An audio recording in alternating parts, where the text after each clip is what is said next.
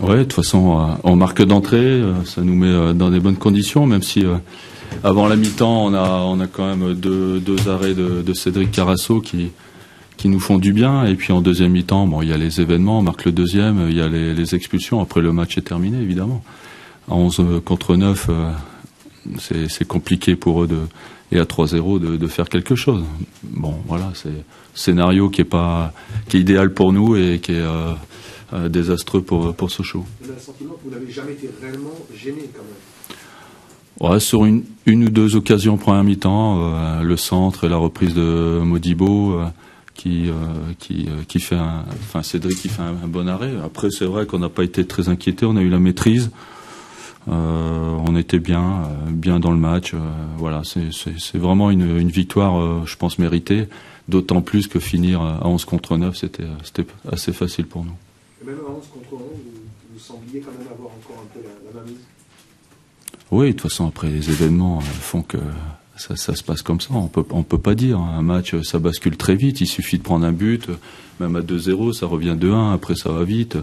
On recule, ça panique. Voilà, on peut pas refaire le scénario. C'est le scénario idéal pour nous et vraiment catastrophique pour Sochaux. Mais voilà, c'est des scénarios qui arrivent parfois.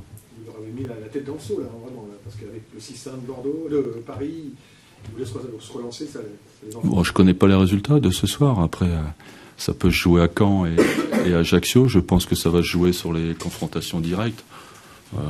Voilà. Après, il reste quelques matchs aussi. Il faut pas non plus tout négativer sur cette rencontre. Bon, ce qui est plus embêtant, c'est les expulsions, et surtout Maïga, s'il insultait l'arbitre, ça risque de lui coûter cher. Donc voilà, c'est plus ça qui est un petit peu embêtant, mais la défaite en elle-même pour Sochaux, bon voilà, ils vont s'en remettre.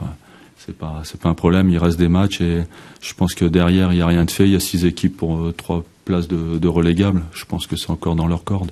Est-ce que Bordeaux est en train de trouver la constance, la régularité que vous espérez? Je sais pas, on va voir contre Rennes. Là, on a pas mal de pépins physiques.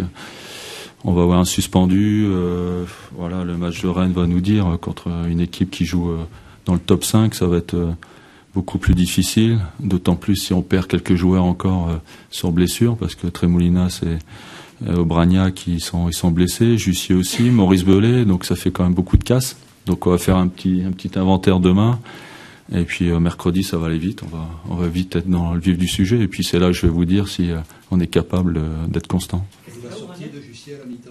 Ouais, il avait mal derrière la cuisse. Ouais. Il a un coup. Et Tremoulinas, une entorse. Qui a mal derrière la cuisse aussi. C'est le retour que vous espériez? Bah, nous, quand on joue toujours pour gagner, évidemment. Bah, il y a la personne et l'entraîneur. L'entraîneur, il prend le dessus sur la personne aujourd'hui. Nous, on est là pour gagner. On a préparé le match de la même façon, évidemment. C'est dommage pour les joueurs, parce que c'est vrai que ça fait 3 ans et demi que j'étais avec eux. On avait une super ambiance ici. Après, voilà, je ne vais pas demander à mes joueurs, quand j'ai préparé le match, de perdre ce match. Hein. Ce sont les joueurs qui ont quand même les clés du match. Donc après, évidemment, j'ai fait mon boulot comme d'habitude. Vous allez vraiment garder tout le monde sous pression. Là, il y a des matchs qui viennent, où ça veut dire clairement que Bordeaux jouera tous les coups à fond jusqu'à la fin de la saison. Ouais, ben chaque match, il faut les gagner. Moi, je comprends pas ces questions où il faut lâcher, on est en vacances. Non, on va avoir 5 semaines de vacances, c'est suffisant. On va travailler jusqu'au 20 mai. Et chaque chose en son temps. Aujourd'hui, il faut travailler pour essayer de gagner le plus de matchs possible et terminer sur une bonne dynamique pour l'année prochaine. Donc Rennes et à Auxerre, je crois qu'Auxerre a gagné 4-0. On va voir si on est capable de bien terminer. On est à 4 points de Toulouse, ça va très vite, je vous l'ai dit, ça va très très vite. Après, il faut faire un sans faute. Est-ce qu'on est capable de le faire? On verra déjà mercredi. C'est annexe, mais il y avait un match de rugby à Bordeaux aujourd'hui, vous ne craignez pas pour la pelouse de l'entraîneur? Si en plus d'être entraîneur, il faut être jardinier, c'est compliqué. Hein. Déjà, le boulot, c'est compliqué comme ça. Mais ça risque d'être Ouais, c'est vrai qu'il pleut souvent à Bordeaux. Hein. Parce qu'on m'a beaucoup charrié sur le temps de Sochaux, mais ça fait 3 semaines qu'il pleut à Bordeaux quand même. Hein. Et ici, il fait très beau. Donc, hein. Surtout qu'il n'y a que 3 jours entre le match. Ouais, mais je pense que on a de la compétence dans... Voilà. Vous avez posé la question, oui. Encore une dernière question. On parlait un petit peu de ce show encore. J'imagine que tu avais vu un petit peu les matchs des Sochaliens précédents. Oui. Est-ce que tu as trouvé que là, ils étaient un petit peu émoussés, physiquement, psychologiquement? Est-ce que ça a joué dans ce match? Bah, disons que bon, il fallait couper la relation Martin-Maïga. Je trouve que bon, c'est quand même eux qui font beaucoup de travail. Marvin qui descend très bas pour chercher les ballons et qui cherche Modibo.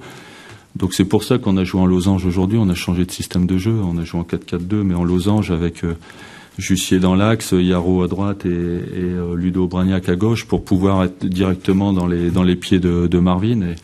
Et c'est vrai que quand Marvin est un petit peu moins influent sur le jeu, bah, automatiquement il y a moins de ballons devant et moins d'occasions. Et c'est vrai que contre Dijon, j'avais trouvé Marvin extraordinaire. Il avait touché, je sais pas, au moins plus de 100 ballons. Et il fallait absolument couper cette relation entre Marvin et Modibo. Donc c'est ce qu'on a essayé de faire en mettant ce système en place.